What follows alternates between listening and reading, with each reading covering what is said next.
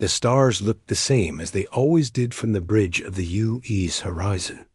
Commander Jake Morrison stood at the main window, watching the distant lights of the Kepler 442 system grow larger as his ship moved closer. He had done this same job dozens of times before. Find new systems, check for planets, look for anything useful. It was routine work, but Jake never got tired of seeing new places in space. "Commander, we're getting something strange on the sensors," called out Lieutenant Ben Carter from his station. The young officer's voice carried a note of excitement that made Jake turn around quickly. "What kind of strange?" Jake walked over to look at the displays.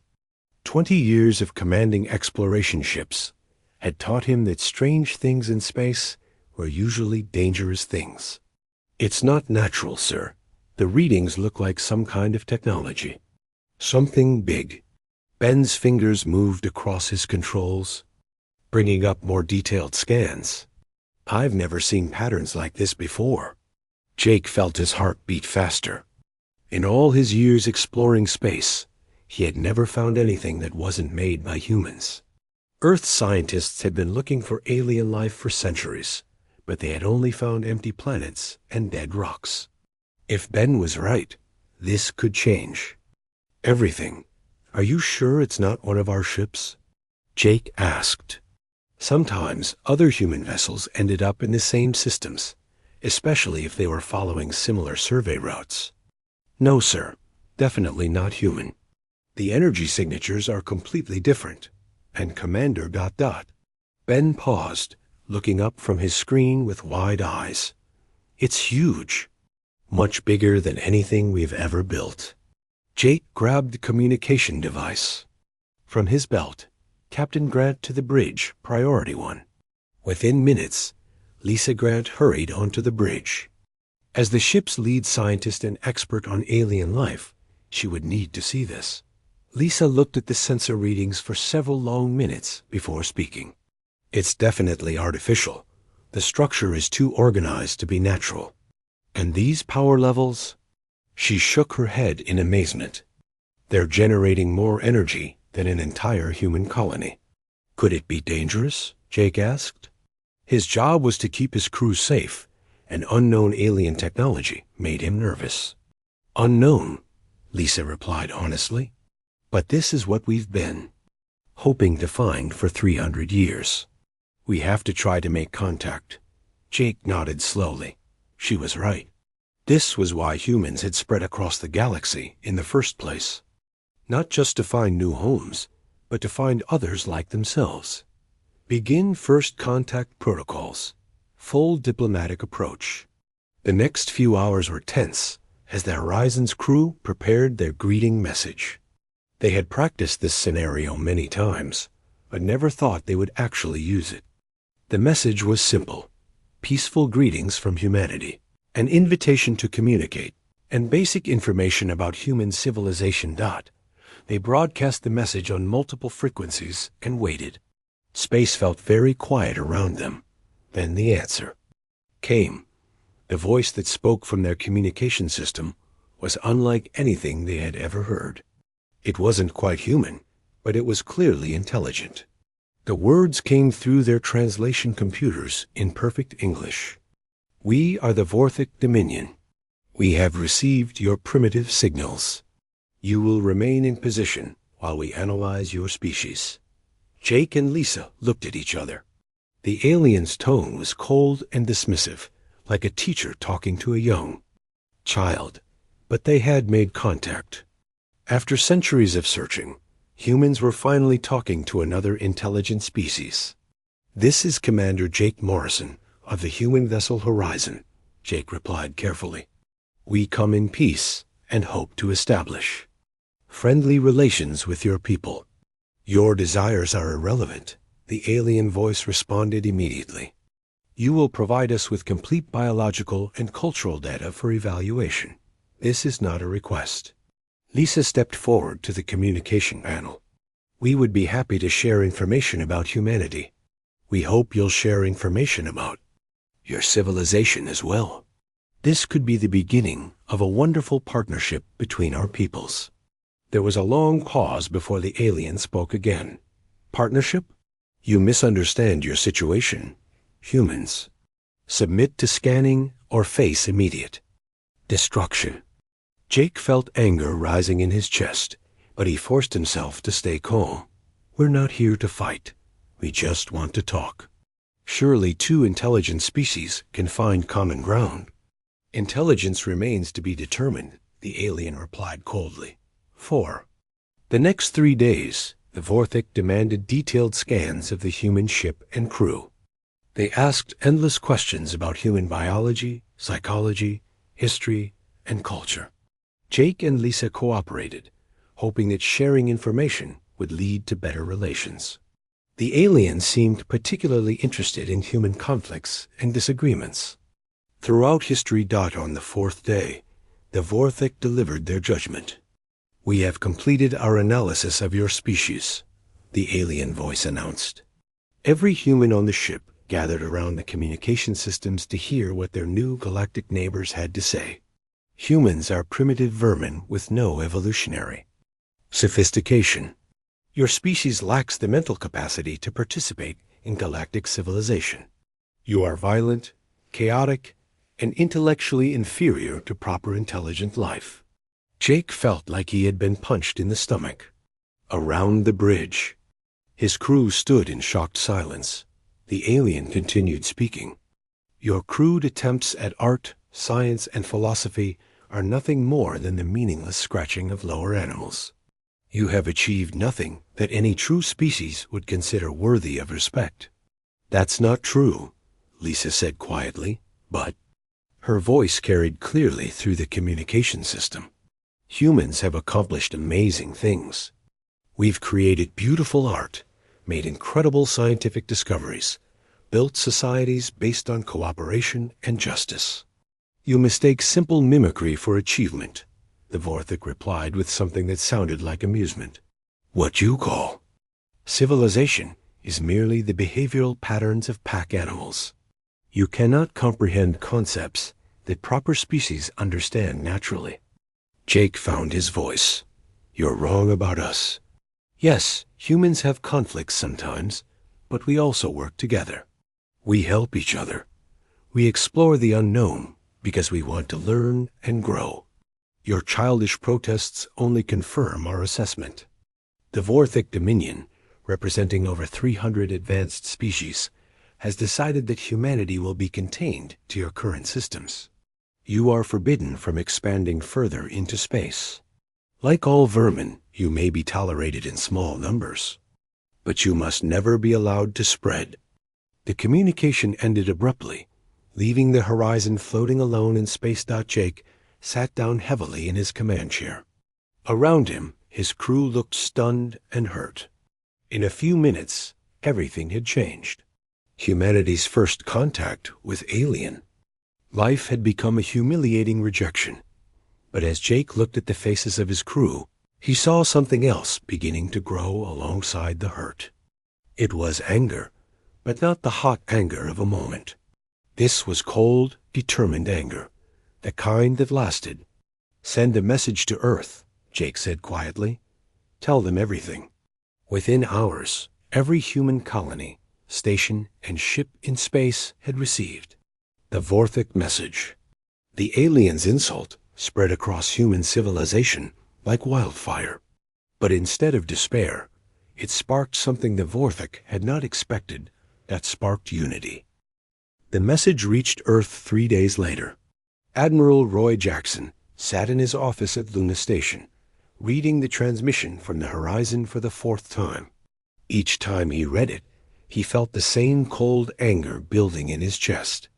The aliens had called humans vermin. They had dismissed everything humanity had ever accomplished as worthless. Roy had fought in 3 different wars during his military career.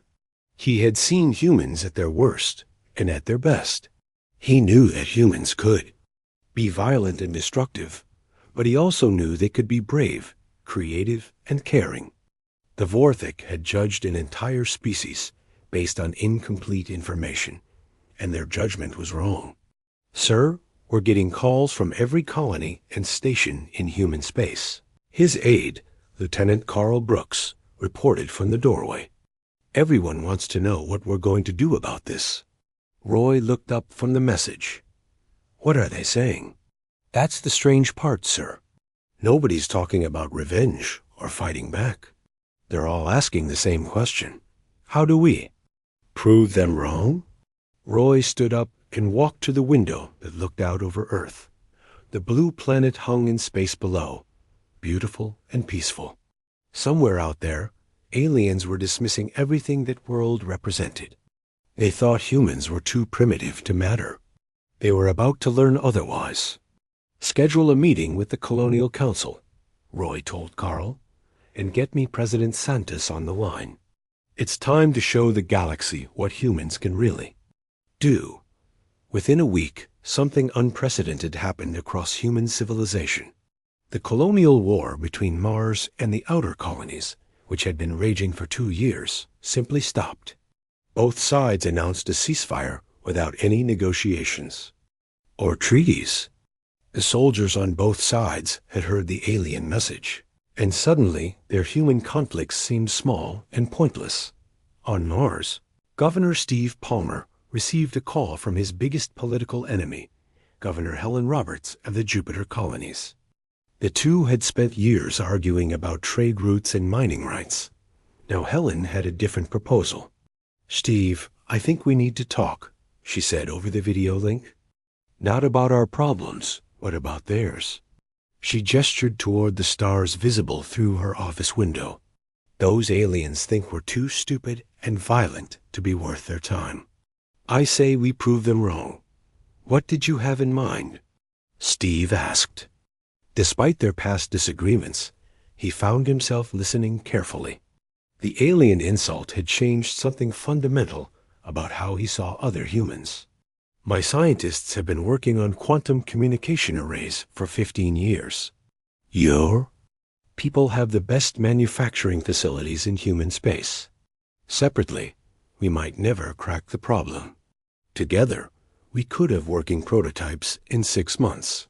Steve nodded slowly. And if we can build better communication systems, we can coordinate research across all human colonies at the same time. Exactly. The aliens said we lack mental capacity. Let's show them what human minds can accomplish when they work together. Similar conversations were happening across human space. On Earth, President Maria Santos found herself in a meeting with leaders from every major nation. These were people who had spent their careers competing with each other, but now they sat around the same table with a shared purpose. The World Science Council has a proposal, announced Dr. Angela White, director of the Titan Research Complex.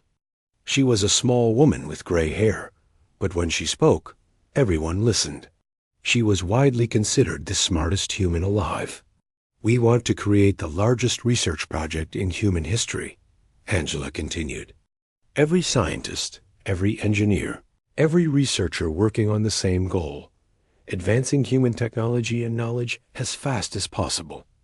What would that look like? Asked the European Federation representative. Complete cooperation. No more competing projects, no more holding back discoveries for competitive advantage. Every breakthrough gets shared immediately with everyone. We pool our resources, our minds, our determination. The room was quiet for a moment. What Angela was describing had never been done before in human history. Nations and corporations had always guarded their best ideas jealously. The aliens said, "We're just pack animals," Angela said quietly. They think our diversity makes us weak. They think our arguments mean we can't work together. Let's show them what happens when humans actually unite for a common cause. One by one, every leader in the room agreed that the changes began immediately. Dr. Kevin Roberts, working at the Ceres Deep Research Station, suddenly found his small team of 12 researchers expanded to over 3,000. Scientists from every human world began sending him their data, their theories, their failed experiments. Problems that had stumped him for years were solved in days when dozens of brilliant minds worked on them together. Captain Sam Hughes, commanding the deep space. Reconnaissance ship UE's Pathfinder received new orders that surprised him. Instead of staying in human territory, he was told to begin long-range patrols into areas the Vorthik had declared off-limits. But these weren't military missions. His ship was loaded with the most advanced sensors and recording equipment humanity could build. Our job is information, his science officer, Lieutenant Nancy Green, explained to the crew. We need to learn everything we can about the aliens and their technology. Knowledge is our weapon. Are we looking for a fight? Asked his navigator, Ensign Paul Martinez. Sam shook his head. We're looking for truth. The aliens made claims about human inferiority. Before we can prove them wrong, we need to understand exactly what we're up against. Meanwhile, on Earth, President Santos prepared to address the Global Assembly. Her speech would be broadcast to every human settlement in space. She had spent days writing it, trying to find the right words for this moment in human history. She walked up to the podium and looked directly into the camera. Across human space, millions of people stopped what they were doing to listen. Fellow humans, she began, 3 weeks ago, we learned that we are not alone in the universe. We also learned that our new neighbors have judged us harshly. They see our conflicts and assume weakness. They observe our diversity and call it chaos. They look at our achievements and dismiss them as meaningless. She paused, letting her words sink in. They have made one critical error. They have underestimated what humans can accomplish when we choose to work together. Throughout our history, our greatest achievements have come not from individuals, but from cooperation. We built cities by working together. We explored space by working together. We spread across the galaxy by working together. The Vorthik. Dominion has given us a gift, though they don't know it. They have given us a reason to show the universe what humanity is really capable of. They think we are primitive vermin who should be contained and controlled. They are about to discover that they are very, very wrong. Her speech ended, but its effect was immediate. Across human space, the response was the same. Factories retooled to produce research equipment instead of consumer goods. Universities opened their doors to anyone who wanted to learn.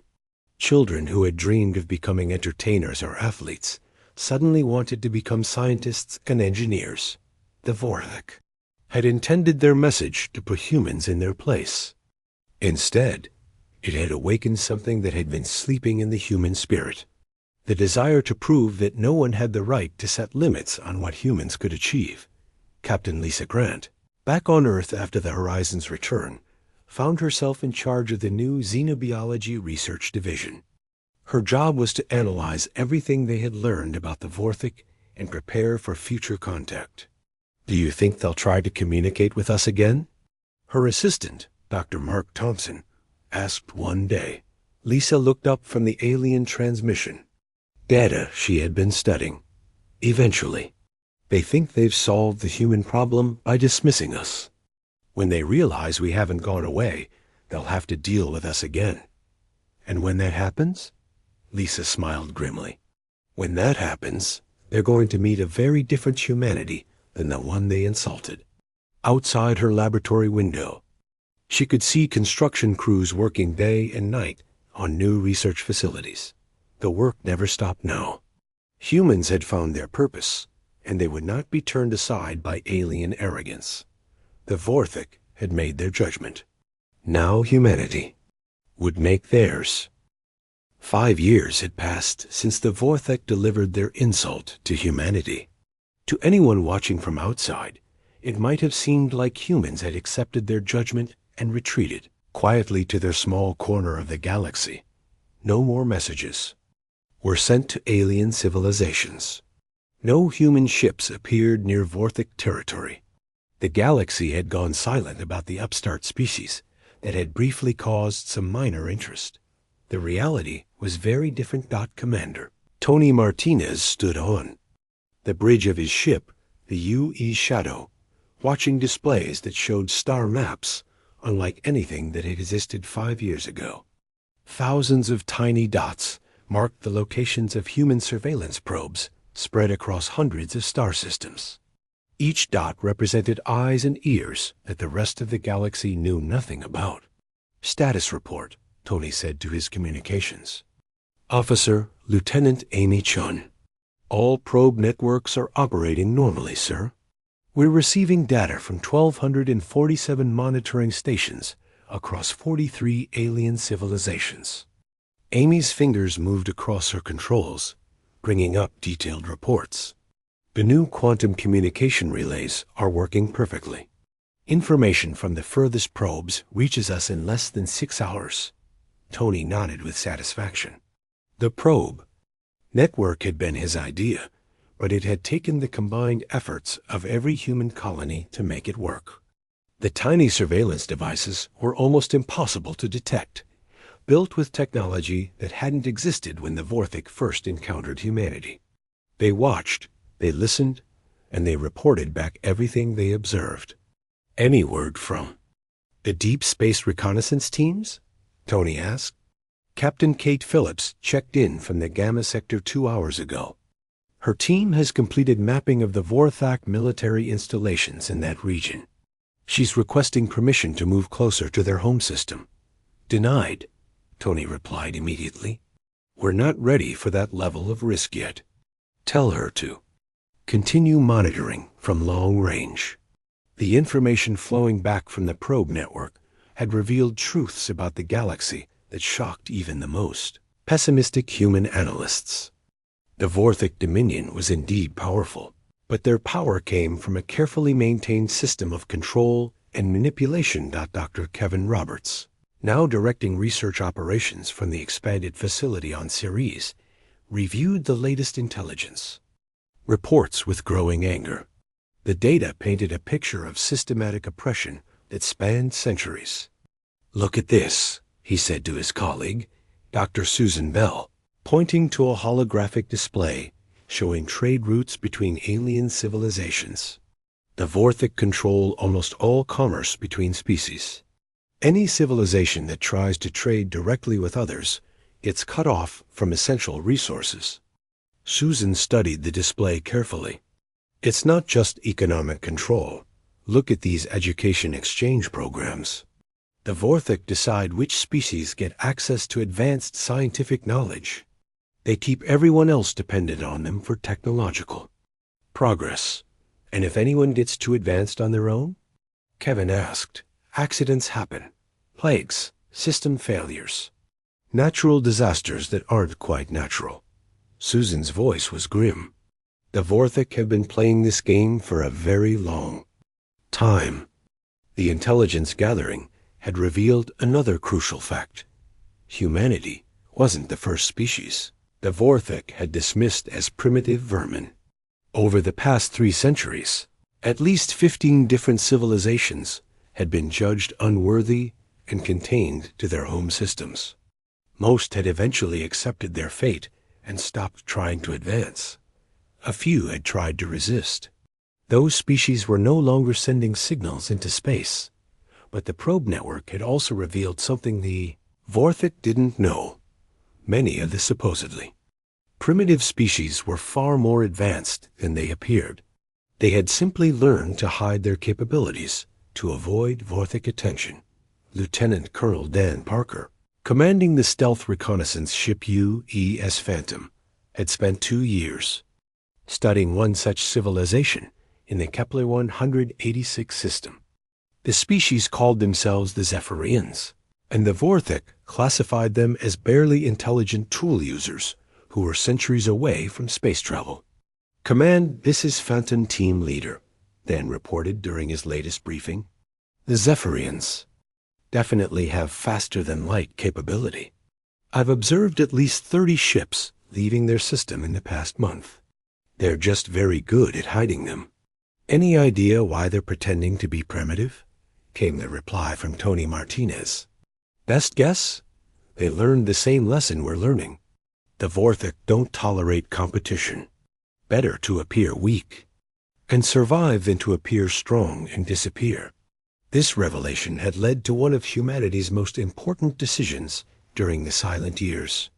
Instead of trying to make contact with other suppressed species, they focused on learning from them. How did you hide advanced technology from Vorthik sensors? How did you coordinate activities across multiple star systems without detection? How did you maintain scientific progress while appearing to stagnate? The answers to these questions became the foundation of humanity's strategy. Dr. Angela White, now overseeing research coordination from the massive new facility on Titan, had achieved breakthroughs that would have seemed impossible 5 years earlier. The shared knowledge and resources of all human civilization had accelerated technological development at an incredible pace. The gravitational manipulation systems are ready for field testing, she reported to President Santos during their weekly briefing. We can now move objects the size of asteroids without any visible energy signatures. What about the consciousness transfer project? Santos asked. Still in development, but we've made significant progress. We can now copy and store human memories and personality patterns. Not quite full consciousness transfer yet, but we're getting close. And the quantum communication arrays? Fully operational across all human space. We can coordinate activities between Earth and the furthest colonies instantly. The Vorthik quantum monitoring systems can't detect our communications at all. President Santos leaned back in her chair. 5 years of focused effort had transformed humanity in ways that seemed impossible. But the most important transformation wasn't technological. It was social and psychological. The shared insult had created something unprecedented in human history. True unity of purpose. Every human, regardless of where they lived or what they did for work, understood that they were part of something larger than themselves. The petty conflicts and competition that had defined human civilization for millennia had simply disappeared. Captain Sam Hughes, still commanding deep space reconnaissance missions, had witnessed this transformation firsthand. His ship, the UES Pathfinder, now carried a crew drawn from every human colony.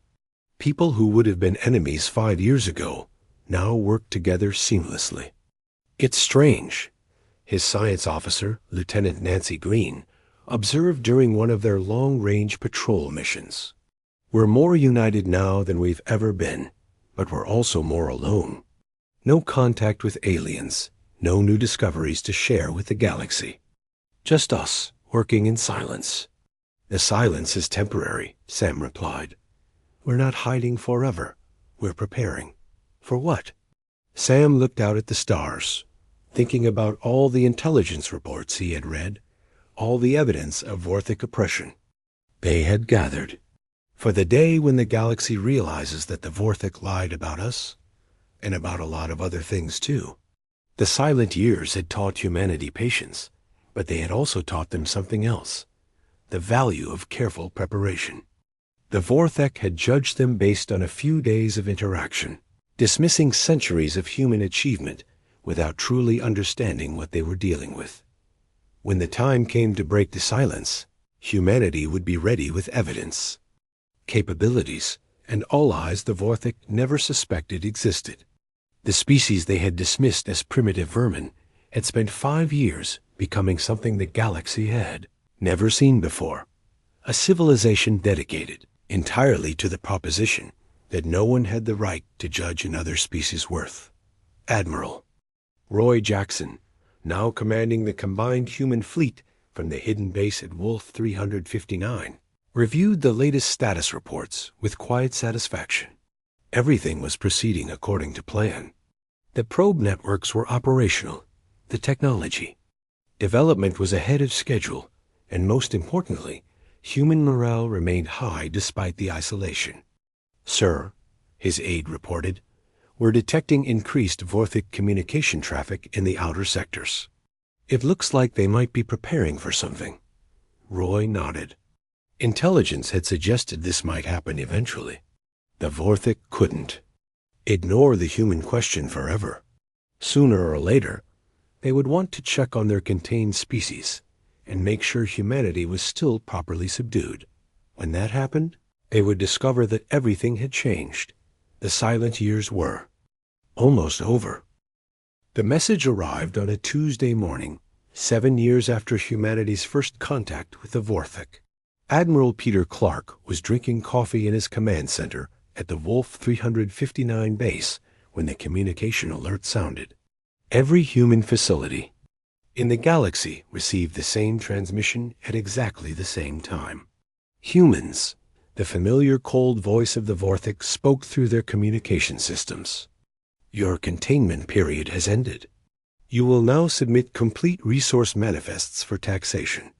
As a client species of the Vorthik Dominion, you are required to contribute 15% of all raw materials and manufactured goods to Galactic civilization. Compliance is not optional.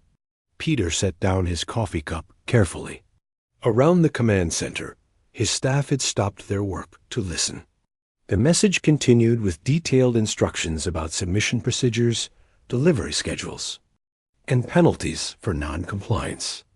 The Vorthik spoke as if humanity were already conquered, as if 7 years of silence meant 7 years of submission. When the message ended, Peter picked up his communication device. All stations, all ships, all commands. Execute Phoenix Protocol. Authorization Phoenix 77 Alpha. The silence is over. Across human space, the response was immediate and coordinated. At hidden bases, concealed shipyards, and camouflaged research stations, humans began moving with the precision of a plan that had been years in the making. The galaxy was about to learn that humanity had not been hiding in defeat. They had been preparing for this exact moment. Captain Rachel Stone, commanding the UES Retribution, felt her heart racing as she received the Phoenix Protocol signal. For 2 years, her ship had been stationed in the Vega system, hidden inside a hollow asteroid and waiting for this day. Around her, the massive asteroid began to split apart, revealing not just her ship, but an entire fleet that had been concealed. Within the rock, all ships, this is Stone, she broadcast to the hidden fleet, begin decloak sequence. Target the Vorthik monitoring station in Sector 7. Remember, we're not here to destroy, we're here to reveal. Similar scenes play out across dozens of star systems. Ships that had been invisible for years suddenly appeared on every sensor in the galaxy. The Vorthik's carefully monitored space lanes filled with human vessels that shouldn't have existed. But these ships weren't attacking. Instead, they were broadcasting. Dr. Susan Bell, aboard the research vessel UES Discovery, activated the most powerful communication array humanity had ever built. Her message would reach every inhabited system in the galaxy simultaneously, transmitted on frequencies that every known species could receive. Citizens of the galaxy, Susan began, my name is Dr. Susan Bell, representing the free worlds of humanity. For 7 years, you have believed that humans accepted containment by the Vorthik Dominion. This was never true. We have been watching, learning, and gathering evidence of what the Vorthik have done to our galaxy. As Susan spoke, human ships throughout space began transmitting data. Thousands of hours of surveillance recordings, detailed analysis of Vorthik activities, and documented proof of systematic oppression spanning centuries. The evidence flooded galactic communication networks faster than anyone could stop it. On the Vorthik command ship Eternal Dominance, Supreme Commander Zektar watched the human transmissions with growing alarm. The creatures they had dismissed as primitive vermin were revealing state secrets that should have been impossible for them to obtain. How did they get this information? Zektar demanded of his intelligence officers. Our security protocols are absolute. Unknown, Commander, replied his aide nervously. The data appears to be genuine, but we have no record of any security breaches. On the communication channels, Dr. Bell continued her broadcast. The Vorthic have told you they represent a peaceful galactic confederation. This is a lie. They maintain power through fear, manipulation, and the systematic suppression of advancement among other species. The evidence was overwhelming. Trade records showing how the Vorthic artificially controlled resource distribution. Communication logs revealing threats made to species that tried to develop independently. Scientific data proving that supposed natural disasters on rebellious worlds had actually been artificially created. Most damaging of all were the recordings of Vorthic leaders discussing their true opinions of the species they claimed to protect.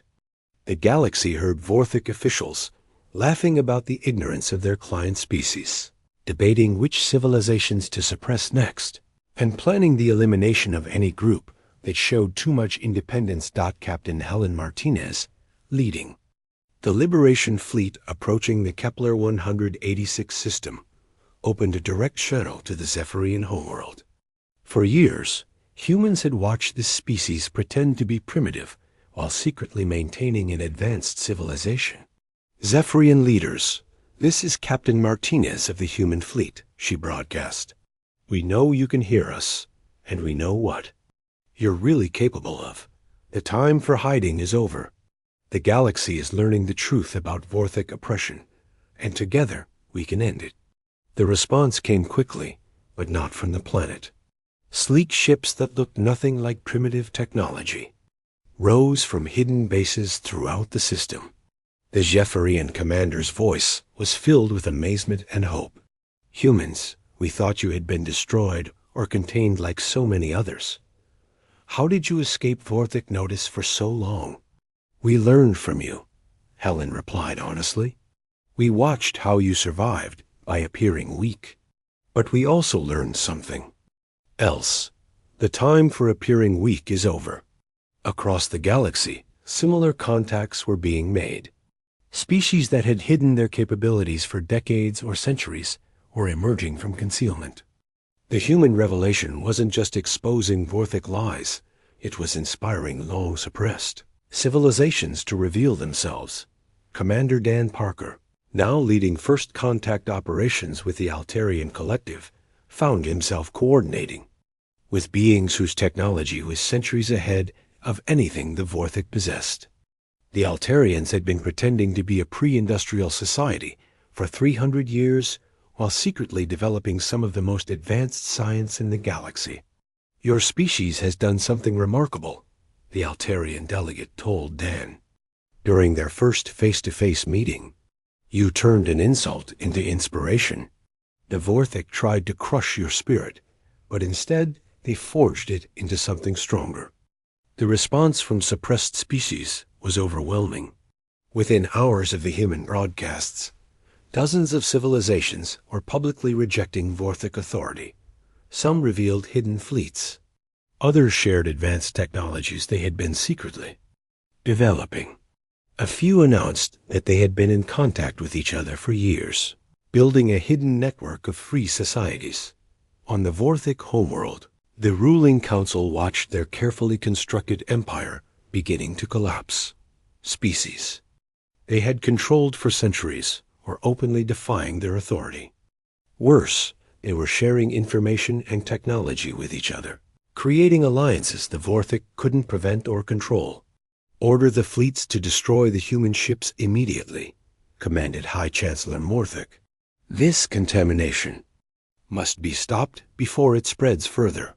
But the contamination had already spread beyond their ability to contain it. Human communication networks, built over 7 years of secret preparation, were relaying information faster than Vorthic forces could respond.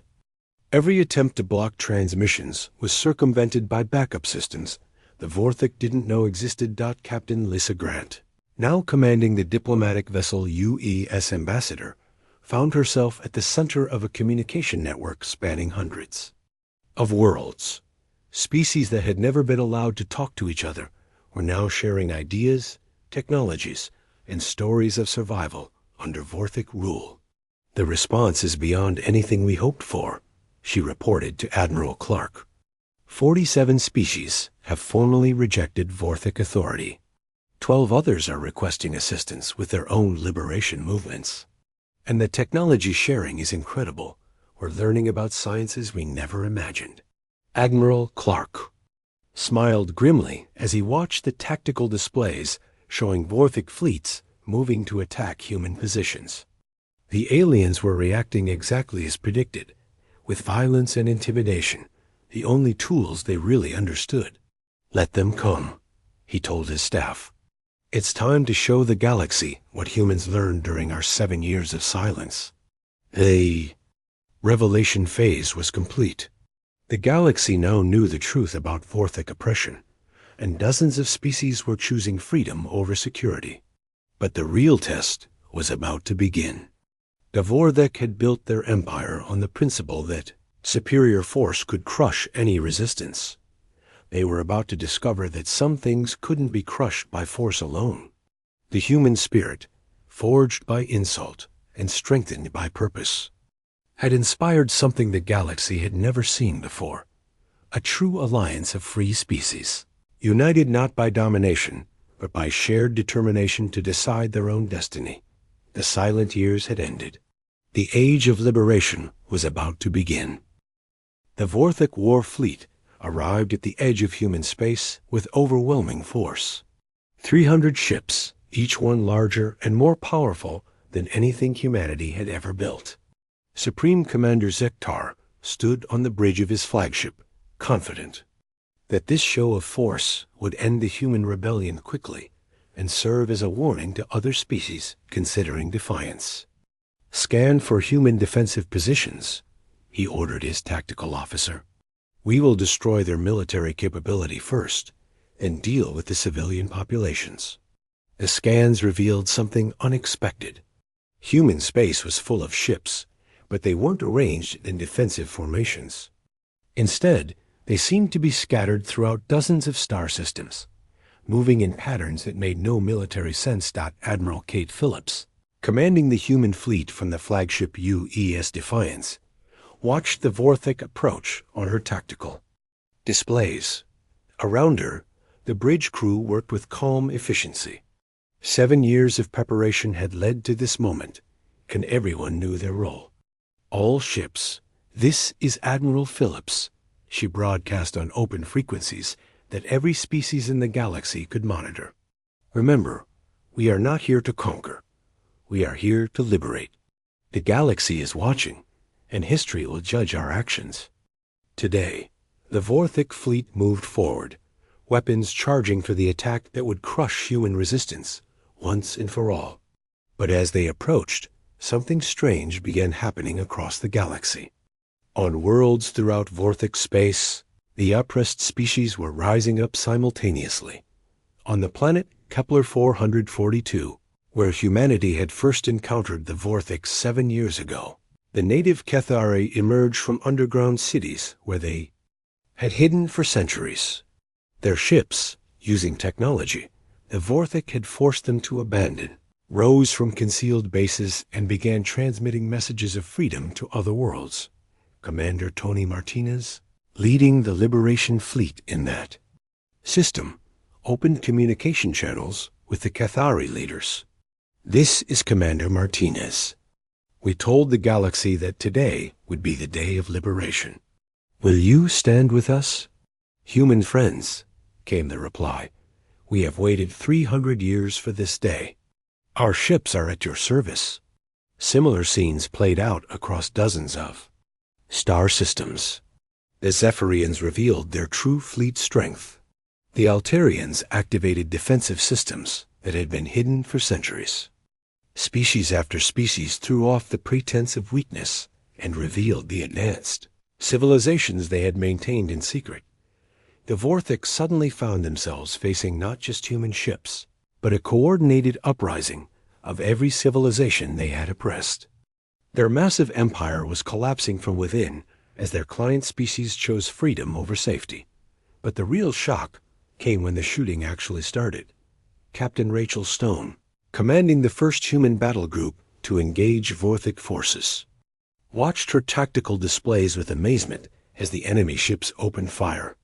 The weapons that should have destroyed her fleet completely were absorbed by shield systems that hadn't existed 7 years ago. "All ships, engage Defensive Protocol 7, she ordered. "Let's show them what human engineering can accomplish." The human ships moved with precision that seemed impossible. They dodged attacks that should have been unavoidable, absorbed damage that should have been fatal, and struck back with weapons that the Vorthik couldn't understand or counter. Dr. Kevin Roberts, monitoring the battle from his research station, felt a grim satisfaction as he watched his inventions prove themselves in combat. 7 years of focused development had produced technology that surpassed anything in the galaxy. But the real advantage wasn't technological, it was tactical. The humans weren't fighting like any species the Vorthik had encountered before. They weren't trying to destroy the enemy fleet. Instead, they were systematically disabling Vorthik ships while broadcasting surrender terms on open frequencies. "Attention Vorthik vessels," Admiral Phillips transmitted to the enemy fleet. "You have 2 choices. Surrender now and face trial for your crimes against galactic civilization, or continue fighting and face the combined fleets of 47 free species who are done being afraid of you." Supreme Commander Ziktar watched his tactical displays in growing horror. Half his fleet was already disabled or destroyed. The other half was facing overwhelming odds as more and more ships arrived from liberated worlds. Worse, his own crews were beginning to question their orders as they listened to the evidence of Vorthik crimes being broadcast throughout the battle. "Sir," his communications officer reported nervously, "we're receiving surrender messages from 12 of our ships. Their crews are refusing to continue fighting." "Impossible," Zektar snarled. "Vorthik warriors do not surrender to vermin." "With respect, Commander," the officer replied quietly, "the humans have proven they are not vermin, and our crews are beginning to understand what we have really been doing to the galaxy." The battle's turning point came when Captain Dan Parker, leading a mixed fleet of human and Zephyrian ships, managed to disable the Vorthik flagship without destroying it. Instead of finishing off their enemies, the combined fleet surrounded the damaged ship and offered medical assistance to the wounded crew. "This is Captain Parker to the Vorthik vessel Eternal Dominance," Dan broadcast. "Your ship is disabled, but your crew is alive. We are prepared to provide medical aid and safe passage to a neutral world where you can face justice for your actions. The age of Vorthik domination is over, but the age of galactic cooperation is just beginning." The gesture had an immediate effect throughout the Vorthik fleet. Ship after ship stopped fighting and requested terms for surrender. The sight of their enemies offering mercy to defeated foes was something the Vorthik had never experienced before. Within hours, the battle was over. Not through the destruction of one side, but through the surrender of forces who finally understood that they had been fighting for the wrong cause. Dr. Susan Bell, now serving as humanity's chief diplomatic officer, found herself coordinating the largest peace negotiation in galactic history. Representatives from over 100 species gathered in neutral space to establish the framework for a new galactic civilization. "The Vorthak Empire is finished," she announced to the assembled delegates. "But we are not here to replace one dominating power with another. We are here to create something the galaxy has never seen. A true confederation of equal species, each contributing their unique strengths to the common good." The negotiations took months, but the results were revolutionary. The Galactic Liberation Alliance was established with a simple charter. No species would ever again be judged inferior by another. Number civilization would be prevented from reaching its full potential, and cooperation would replace domination as the organizing principle of galactic society. President Maria Santos, now in her second term, addressed the human colonies as the new galactic government took shape. 7 years ago, aliens insulted us and told us we were too primitive to matter. Today, we helped create a galactic civilization based on the principle that every species matters. The Vorthik thought they were putting us in our place. Instead, they helped us find our true purpose.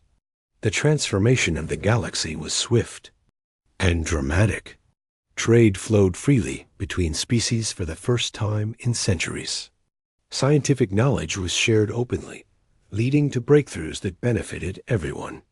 Art, music, and literature from hundreds of different cultures spread throughout space, creating a richness of experience that no single species could have achieved alone without Commander Jake Morrison, who had been present at humanity's first contact. With the Vorthik, found himself commanding a mixed crew of humans, Zephyrians, Altarians, and former Vorthik officers. His ship, the UES New Horizon, was exploring regions of space that had been forbidden under the old empire. It's strange. His science officer, a Zephyrian named Sektal, observed during one of their missions. The Vorthik spent so much effort, convincing us we were all different and incompatible. But working together feels completely natural. Maybe that's the real lesson, Jake replied, looking out at the stars that now represented hope instead of barriers. The differences between species aren't weaknesses to be hidden or strengths to be feared. They're advantages to be shared. The galaxy had learned that diversity wasn't chaos, but strength. That cooperation was more powerful than domination. That no one had the right to judge another's worth or set limits on another's potential. Vorthik had tried to insult humanity into submission. Instead, they had awakened a force that transformed the entire galaxy. The silence that had followed their insult hadn't been the silence of defeat. It had been the silence of preparation. And when that silence finally broke, everything changed forever.